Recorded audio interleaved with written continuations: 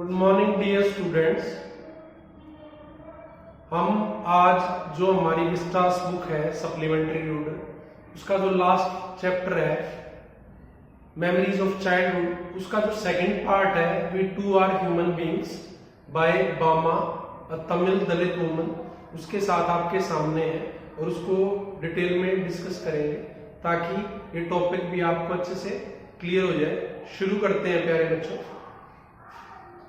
Bama is the pen name of Tamil woman who is a Roman from a Roman Catholic family. Bama जो है We Too Are Human Beings की writer जो है उन्होंने अपनी autobiography करुक्कू से लिया है। उसको करुक्कू का मतलब है पाल्मायरा लीव्स, जिसके जो लीव्स हैं उस पे एजेस होते हैं दोनों तरफ। You might have seen the leaves with edges on both the sides.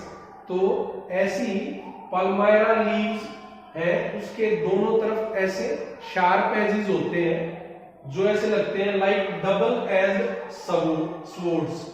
तो जो तलवार होती है डबल एज स्वॉर्ड्स, दो धारी तलवार जिसमें दोनों तरफ शार्प एजेस होते हैं, वैसे करुक्कू का वही मतलब है कि दो धारी तलवार। परंतु इसमें अगर इसको हम अलग अलग करके देखें तो एक वर्ड है करु, तो इसका मतलब सीड या एम्ब्रियो भी होता है, जिसका मतलब फ्रेशनेस या न्यूनेस भी होता है। तो आप कोई भी मतलब ले सकते हैं। यहाँ पे ये ले सकते हैं कि जो ये कास्ट बेस्ड सिस्टम है वो लाइक अ डबल एज स्वॉर्ड, कि वो दो धारी तलवार की तरह है, उसका नुकसान ही नुकसान है, हर जगह से काटेगा। तो कास्टिज्म से या कास्ट बेस्ड सिस्टम से किसी का भी भला नहीं होगा। ये पॉलिटिकल मैनिपुलेशन है और इससे जो आपस में लोगों के बीच में डिवाइड ही बढ़ता है, कोई उसका लाभ नहीं है। तो Bama is the pen name of Tamil woman who is from a Roman Catholic family. This is an excerpt We Too Are Human Beings is an excerpt from her autobiography Karakku, which means Palmyra leaves which are like double-edged swords. It also means embryo or seed, which means freshness or newness. I was a student of 3rd class. I had already seen, felt and experienced untouchability. मैं तीसरी class की student हूँ, 3rd class student हूँ, और किसी ने शायद किसी का एक्सपीरियंस भी ना हो, पर मैंने खुद देखा भी है, सुना भी है, एक्सपीरियंस भी कर लिया है untouchability. Walking home from school, an old bag hanging over my shoulders, distance can be covered in 10 minutes, but it usually take 30 minutes for me from half an hour to hour। कि जो school से घर का distance था वो 10 minutes में ही cover किया जा सकता था, पर मुझे लगभग 30 मिनट्स लगती थी। और ये 30 मिनट्स भी ranging from half an hour to an hour, कि कभी कभी 30 मिनट्स लगती थी, कभी कभी आधे घंटे से 1 घंटा भी लग जाता था।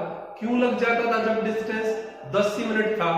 3rd क्लास स्टूडेंट है प्यारे बच्चों, तो आपने छोटे बच्चों की एक आदत देखी होगी कि वो रुक रुक के चलते हैं, चलते आगे हैं देखते पीछे हैं, चलते आगे हैं पीछे रहते हैं। कोई बड़ा साथ में उंगली पकड़ तो वो ड्रैग करेगा, खींचना पड़ेगा, चलो आगे चलो, पीछे मत देखो।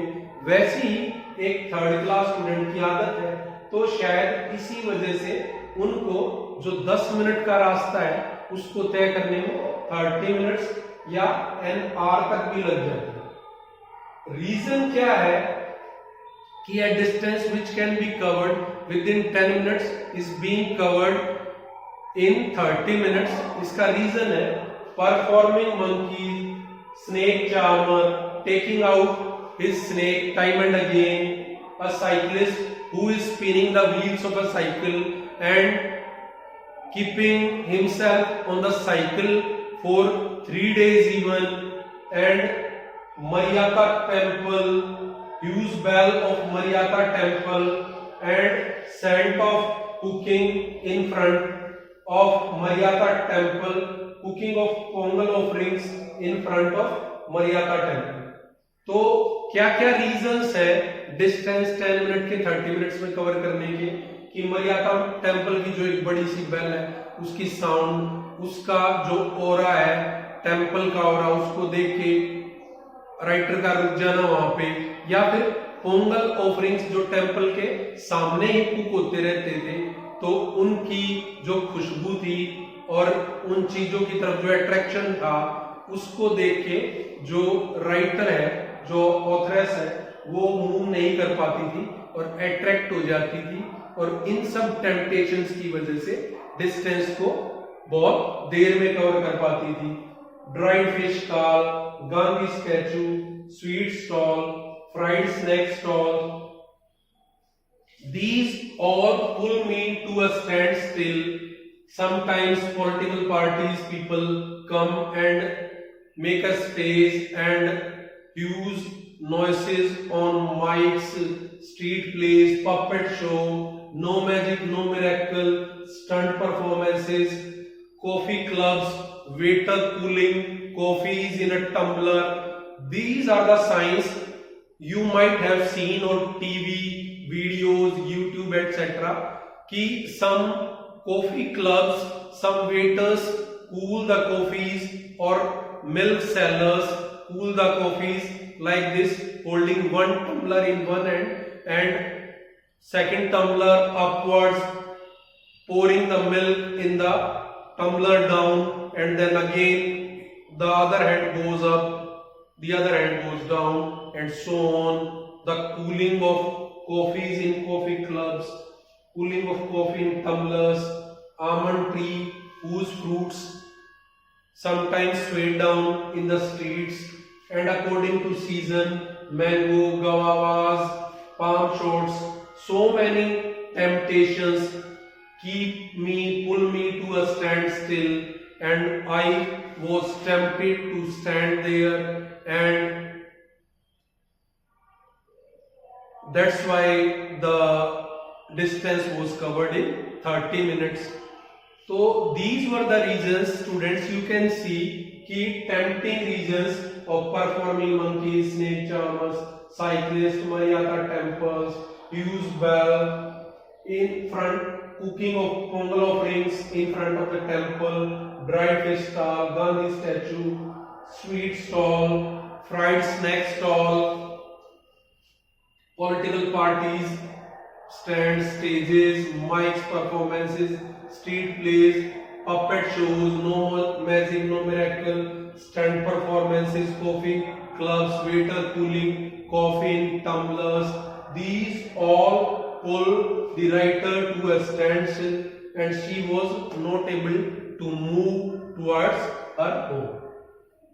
तो आपको रीजन समझ में आ गया होगा कि जब थर्ड क्लास का स्टूडेंट कैसे कैसे घर नहीं पहुंच पाता है, रुक रुक के जाता है, पीछे मुड़ मुड़ के देखता है, चीजें बाजार से, मार्केट से क्रॉस करता है, चीजें टेम्प्ट करती हैं, कोई बंदर का खेल दिखाता है, कहीं कोई सपेरा है जो अपने पिटारे से यदा कदा कभी कभी सांप निकालता है टाइम एंड अगेन, और जो साइकिलिस्ट है 2-2, 3-3 दिन लगातार साइकिल चलाता है और साइकिल पे ही खाता पीता है, नहाता है, कपड़े चेंज करता है, और मरियाता टेम्पल से जब राइटर क्रॉस करती है तो बड़ी सी बेल है, उसका साउंड भी इतना फैसिनेटिंग और टेम्पटिंग है कि आदमी एक स्टैंड स्टिल पे आ जाता है, रुक जाता है।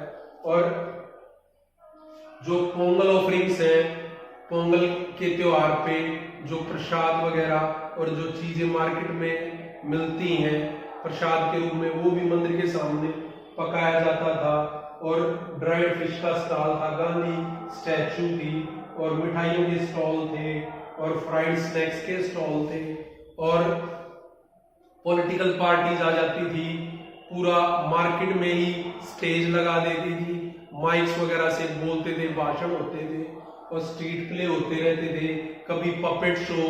तो ये सब चीजें, और नो मैजिक नो मिरेकल, कोई जादू नहीं, कोई चमत्कार नहीं, स्टंट परफॉर्मेंसेज, जो स्ट्रीट आर्टिस्ट हैं, जो लोग हैं फ्रॉम कंट्री साइड, वो आएंगे और चमत्कार नहीं, जादू नहीं, खुद के शरीर पे स्टंट कर करके दिखाएंगे। और कभी कभी कॉफी क्लब्स के सामने से गुजरते हुए जो कॉफी क्लब के वेटर्स थे, दूध को या कॉफी को कैसे ठंडा करते थे, एक बर्तन ऊपर उठाएंगे, एक नीचे रहेगा, ऊपर से दूध या कॉफी गिरेगा उस टम्बलर में, बर्तन में, और फिर उसी को ऊपर ले जाएंगे और वो कॉफी या मिल्क जो है वो स्पिल नहीं होगा, गिरेगा नहीं। ये सब राइटर को एक स्टैंड स्टिल पे रखते थे, मूव नहीं होने देते थे। तो ये सब रीजन थे जिसकी वजह से ऑथर या राइटर अपनी जो बामा है, उनका पेन नेम है, वो रुकती जाती थी या रुक रुक के जाती थी, चीजों को देखते हुए, निहारते हुए, और इस वजह से 10 मिनट का रास्ता 30 मिनट्स में और कभी कभी 1 घंटा भी लग जाता था। उसी दौरान एक बार उनके साथ एक इंसिडेंट को वो देखती हैं जिसकी वजह से वो काफी परेशान हो जाती है, डिस्टर्ब हो जाती है और उनको बहुत गुस्सा आता है, फ्रस्ट्रेशन आता है। वो क्या इंसिडेंट है जिसकी वजह से ये टाइटल भी दिया गया है, we too are human beings. One day I came to my street, there was a threshing floor, a landlord was sitting on the sack on a large stone, people were working there and I stood there watching the fun. Suddenly I laughed at the sight of a big man, an elder man of ours, who was holding a packet by its string. The man was so tall and packet was so small, and he was holding the packet by its strings, and it was the wrap of the envelope was stained by oil. There was some item like vada or green banana bhaji in the envelope, in the packet. Then the elder man went to the landlord board and handed over the packet to the landlord. Landlord took out the vada or green banana bhaji and ate it. तो एक बार एक दिन मैं अपनी गली में आई तो मैंने देखा कि जो अनाज को पीट पीट के निकालते हैं उसके लिए पूरा फ्लोर सेटअप था और एक तरफ एक बड़े से भूसे के ढेर के ऊपर एक पत्थर रखा हुआ था बड़ा सा, उस पे लैंडलॉर्ड जमींदार बैठा हुआ था, लोग काम कर रहे थे और मुझे लग रहा था ये सब मजा आ रहा है, मजाक है। मैं उसको देख देख के खुश हो रही थी तो मैं वहां खड़ी हो गई। तभी मैंने अपने एक बड़े से आदमी को देखा, काफी लंबा आदमी था और वो बाजार की तरफ से आ रहा था कुछ फूड आइटम लेके एक पैकेट में। पैकेट होता है बच्चों, उसके ऊपर उसकी स्ट्रिंग्स होती हैं जिससे पैकेट को पकड़ते हैं। तो वो जो बड़ा सा बिग मैन था, जो राइटर है, उनके जो कम्युनिटी से एक बड़ा सा आदमी था, तो वो मार्केट साइड से कोई फूड आइटम एक पैकेट में लेके आ रहा था। वो पैकेट को पैकेट से ना पकड़ के वो स्ट्रिंग से पकड़े हुए था, जो ऊपर वाली रस्सी से। तो राइटर को लगा कि ये एक लाफिंग सीन है कि इतना लंबा सा आदमी कैसे पैकेट को पकड़े हुए है और ये ऐसे फूड आइटम गिर भी सकता है। और उस पैकेट जो था, पैकेट वो ऑयल स्टेन्स दिख रहे थे उसके ऊपर, तो शायद उसके अंदर वड़ा या कोई ग्रीन बनाना बाजी इस टाइप का फूड आइटम था। और फाइनली उस एल्डर मैन ने, जो थ्रेशिंग फ्लोर पे लैंडलॉर्ड बैठा था, वो फूड पैकेट स्ट्रिंग से पकड़ के ही लैंडलॉर्ड को हैंड ओवर कर दिया और लैंडलॉर्ड से उसमें से वड़ा निकाल के खा लिया। फिर I went home, told the story with comic scenes to my elder brother. My elder brother listened the story and said they think that they are from upper caste. Hearing this, I felt very sad. I felt angry. I thought there are no feelings. There is loss of human feelings. I thought we should only work at their fields, take wages and leave. मैं घर गई और सारी story मैंने अपने बड़े भाई, जो मेरा बड़ा भाई यूनिवर्सिटी में पढ़ता था, वो घर आया हुआ था, तो बताई बड़ी हंस हंस कर।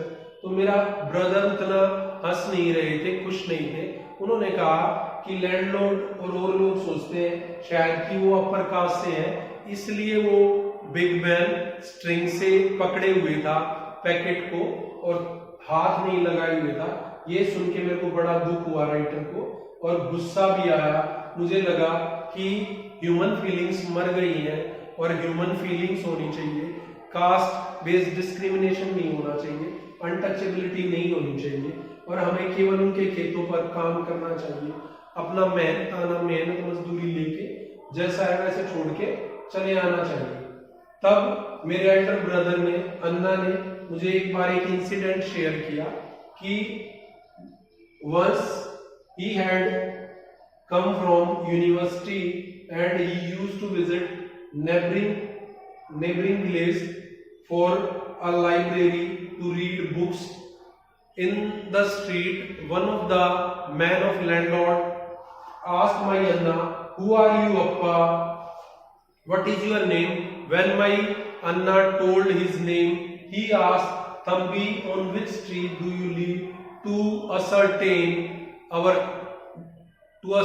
the caste of Anna.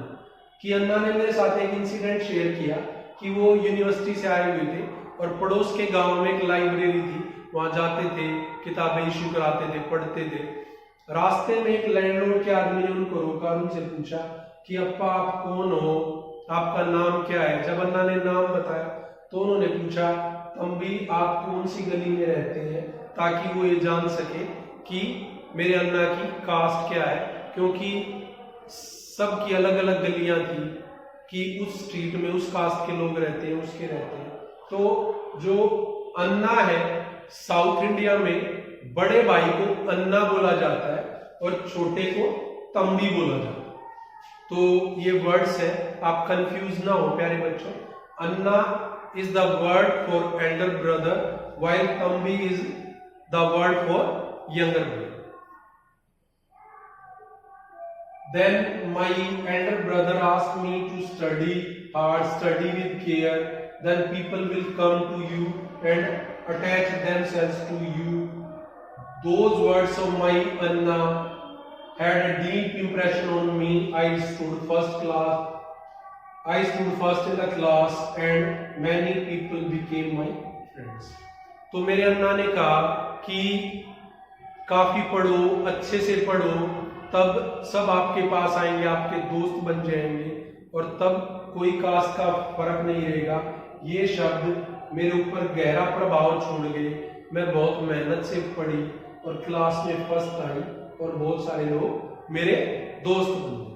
तो प्यारे बच्चों, जो ये ऑटोबायोग्राफी है राइटर बामा की, करक्कू, जिसका मतलब है फ्रेशनेस, न्यूनेस, उससे एक एक्सर्प्ट है ये, we too are human beings, और वो 3rd क्लास की स्टूडेंट है और उन्होंने तभी इस डिस्क्रिमिनेशन को फील किया था, एक्सपीरियंस किया था, और उसी को आपके साथ, रीडर्स के साथ शेयर किया है कि कैसे स्कूल से आने में उनको क्यों टाइम लगता था, छोटा बच्चा होता है, और कैसे एक इंसिडेंट ने उनके ऊपर गहरा इंप्रेशन छोड़ा, जिससे उनको पढ़ाई की तरफ ज्यादा फोकस किया, और तब पढ़ाई की वजह से और उनकी एबिलिटी की वजह से काफी लोग उनके दोस्त बन गए। तो प्यारे बच्चों, मुझे उम्मीद है कि आप भी उतनी मेहनत से पढ़ेंगे ताकि आपके भी बहुत सारे दोस्त आपकी एबिलिटीज की वजह से बन जाए और आप जीवन में नई ऊंचाइयों को छूएं। और मुझे उम्मीद है ये जो सेकंड पार्ट है, we too are human beings by Bama from the last chapter of Vistas memories of childhood, आपको अच्छे से समझ में आ गया होगा। फिर भी आपकी कोई क्वेरीज या डाउट्स है तो आप कमेंट सेक्शन में शेयर करें। Thank you, have a nice day.